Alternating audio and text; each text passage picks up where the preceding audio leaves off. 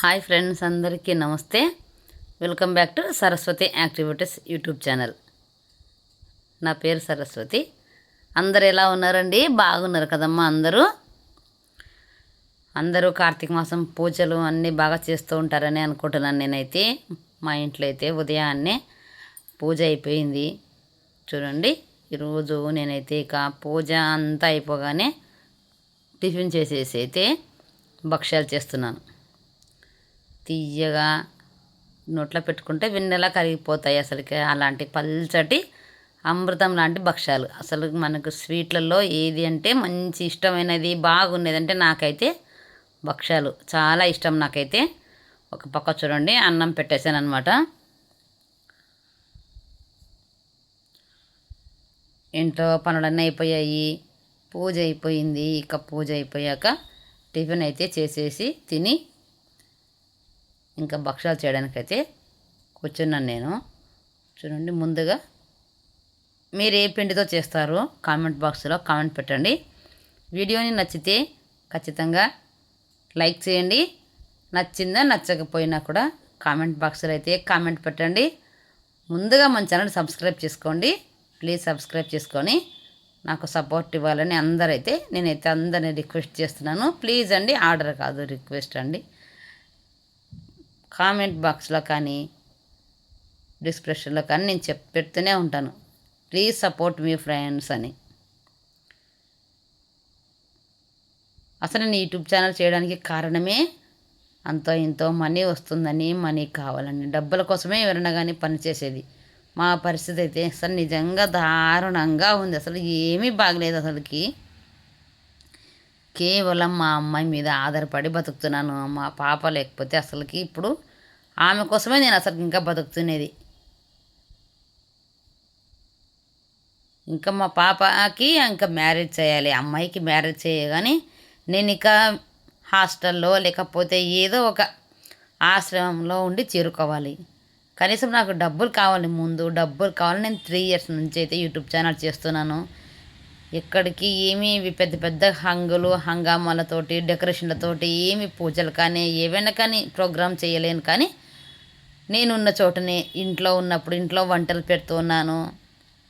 పెడుతుంటాను, చూపిస్తుంటాను. ఏదో 4 మంచి మాటలు నాకు తెలిసినవి, ఇక పూజ విధానాల గురించి నేను పూజ ఏ విధంగా చేస్తున్నాను.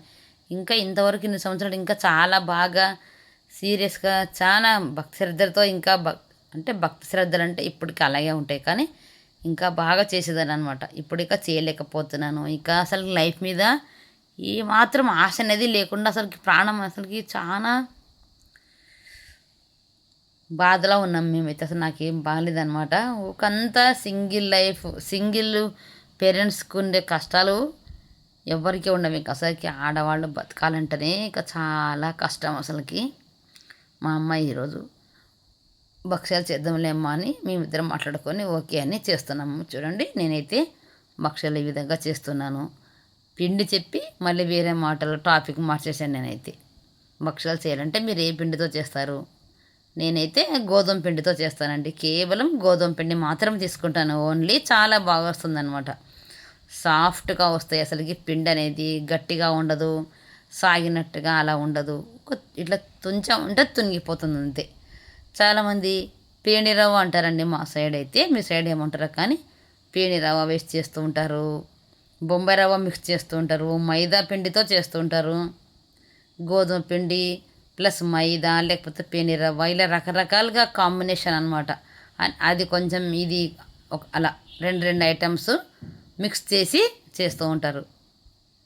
నేనైతే ఏది చేయను, కేవలం గోధుమ పిండి తెచ్చి మంచిది గోధుమ పిండి తెచ్చి దాంట్లోనే కొద్దిగా నూనె వేసేసి తగినంత కొద్దిగా 1 పావు 2 పావులాగా, పావు అంటే పావు కిలో కాదు, మనం దాంట్లో ఒక స్పూన్ పెట్టింటాం ఏదో వేసుకోవడానికి. దాంతో క్వాంటిటీని బట్టి కొద్దిగా నూనె వేసి ఖచ్చితంగా 3 గంటలు లేకపోతే 4 గంటలు తక్కువ కాకుండా అయితే ముందే పెట్టుకోవాలన్నమాట. పిండిని అయితే కొద్దిగా చిటికెడు ఉప్పు వేయాలి. మనం ఏదైనా స్వీట్ చేసేటప్పుడు ఉప్పు వేస్తే చాలా బాగుంటుందన్నమాట. కేవలం స్వీట్ మాత్రమే, బెల్లం చక్కెర కాకుండా ఒక చిటికెడు ఉప్పు వేయాలి. చాలా అది మంచిదన్నమాట.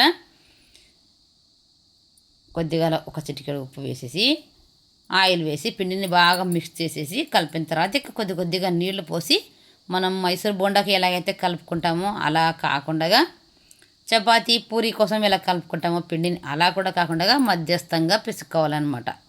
లూజుగా మంచిగా కలిపి బాగా పెట్టుకోవాలి పక్కన. అది నానబెట్టేసారి ప్లేట్ మూసేసి దానికి 4 గంటలు పెట్టామంటే చూడండి ఇలా పల్చాగా అసలు నోట్లో పెట్టుకుంటే వెన్నెలా కరిగిపోతాయి. మెత్తగా స్మూత్గా ఉండేటటువంటి పల్చాటి భక్ష్యాలు అయితే సూపర్గా వచ్చేస్తాయి. ఇక పూర్ణం అంటే ఇక ఉడకబెడతాము. మొన్న దీపావళి పండగ వీడియోలో కూడా పూర్ణం ఉడకబెట్టడం, పూర్ణము అంటే బ్యాళ్ళు ఉడకబెట్టి పూర్ణం తయారు చేయడం కూడా ఇంతకుముందు వీడియోలో కూడా నేను పెట్టాను, నేను ఎలా చేస్తాననేది. కొంతమంది పల్లెటూరులో అయితే గుండు కింద వేసి రుబ్బేవాళ్ళు. మేము ఒక ఊర్లో పల్లెటూరులో ఉన్నప్పుడు, పల్లెటూరు కాదు ఒక మామూలు ఒక విలేజే, అక్కడ ఉన్నప్పుడైతే అక్కడ గుండు ఉండింది. మేము కూడా అక్కడ ట్రై చేసేవాళ్ళం. మా ఓనర్ వాళ్ళది గుండు ఉండేది, అక్కడ వేసి రుబ్బేవాళ్ళం మేము కూడా. చాలా బాగుంటుంది ఎక్స్పీరియన్స్ కూడా. మేము ఎప్పుడు రుబ్బలేదు, ఒక ఇంట్లో ఉండిందనమాట, అక్కడ ట్రై చేసేవాళ్ళం మేము కూడా. అలాగా చాలా బాగా వస్తుంది పిండి. అది కూడా గ్రైండర్లో వేసినట్టుగా ఉంటుందన్నమాట. మనం మిక్సీలో వేస్తే కూడా తొందరగానే మెదిగిపోతుంది. పూర్ణం అయితే బ్యాళ్ళు ఉడకబెట్టడము, మెత్తగా ఉడికించి ఇక బెల్లం వేసి బాగా ఉడికించడము చేయడము. పూర్ణం అయితే నేను చాలా వీడియోల్లో పండగలు అప్పుడు చేసినప్పుడు ఇంకా పెట్టాను. ఇప్పుడైతే అంతా రెడీ అయిపోయిందనమాట. వీడియో తీయలేదు, ఎందుకులే చీర కట్టుకోలేదు, నేను నైటీ వేసుకొని ఉన్నానని వద్దనుకున్నాను ఈరోజు వీడియోని. కాకపోతే ఇక నైటీ కనిపించకుండా ఇలా పైకి మాత్రమే ఓణి మాత్రమే కనిపించే మాదిరిగా అయితే నేను కెమెరాని సెట్ చేసుకొని, కెమెరా అంటే నా సెల్లే, కేవలం సెల్తోటే తీస్తున్నాను నేనైతే. పెట్టేసి అయితే షూట్ చేస్తున్నాను. చూపిద్దాంలే భక్షాలు చేసే వీడియో, భక్షాలు చేస్తున్నది ఎందుకు వేస్ట్ చేయాలి అని. చూడండి ఈ విధంగా అయితే ఒక కింద భక్షాలు చేయడానికి పేపర్ అంటే ఇస్తారు కదా, ఇలా పేపర్ పెట్టుకొని ఆ పేపర్ నిండా నూనె అంటించేస్తాం అనమాట. ఫుల్గా ఆయిల్ అప్లై చేసేసి దానిపైన మనము పిండి ముద్ద తీసుకొని అందులో పూర్ణం పెట్టి చేస్తారు కదండి. అది మనం ఆ ముద్దను రెడీ చేసుకొని దాన్ని అక్కడ పెట్టేసి ఆ పేపర్ పైన పెట్టి గసాలు అప్లై చేసి కొద్దిగా చేత్తోటి అలా లైట్గా వచ్చిన తర్వాత మనము చీరలు ప్యాకింగ్కి వస్తుంటాయి కదా, చీరలు డ్రెస్సులు ప్లాస్టిక్ కవర్ ఉంటుంది, ఆ కవర్ ఒకటి నీట్గా ఉండేది కట్ చేసుకొని దాన్ని కూడా 2 వైపులా బాగా ఆయిల్ అప్లై చేయాలన్నమాట. అప్లై చేసేసి దీని మీద పరిచేసి చేతితోటి ఒక అలా చూడు, ఇందాక ఇప్పుడు చేసాం కదండి, నేను చేతితోటి అలా పల్చాగా ఒత్తుకుంటే అయిపోయిందనమాట భక్ష్యం. మనం చూస్తుండగానే మనం ఎంత పెద్దగా చేయాలనుకుంటే అంత పెద్దగా అయితే అయిపోతుంది.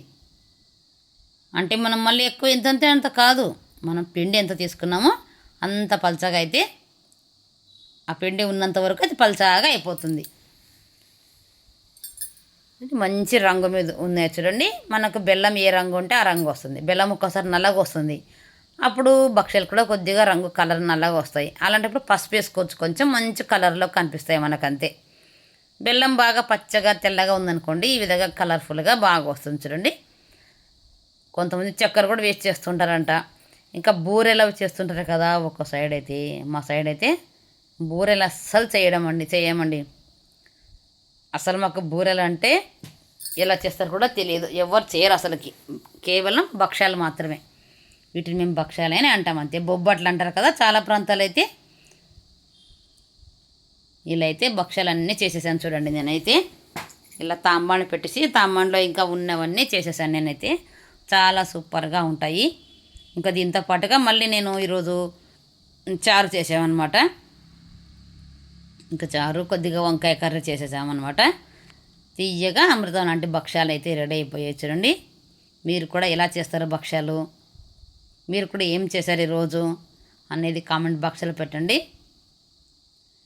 దీనికోసం పెన్నం చూడండి, నాన్ స్టిక్ పెన్నం కాదు, ఏం కాదు, మామూలు ఇనుప పెన్నం. ఇనుపది లావుగా బాగుంటుంది. దీని మీద భక్ష్యాలు చేయడానికి చాలా బాగా వస్తాయి అన్నమాట. అయిపోయింది చూడండి పిండి గిన్నె వేరే, తాంబాని పూర్ణం వేసిన తాంబాని భక్ష్యాలు రెడీ అయిపోయాయి.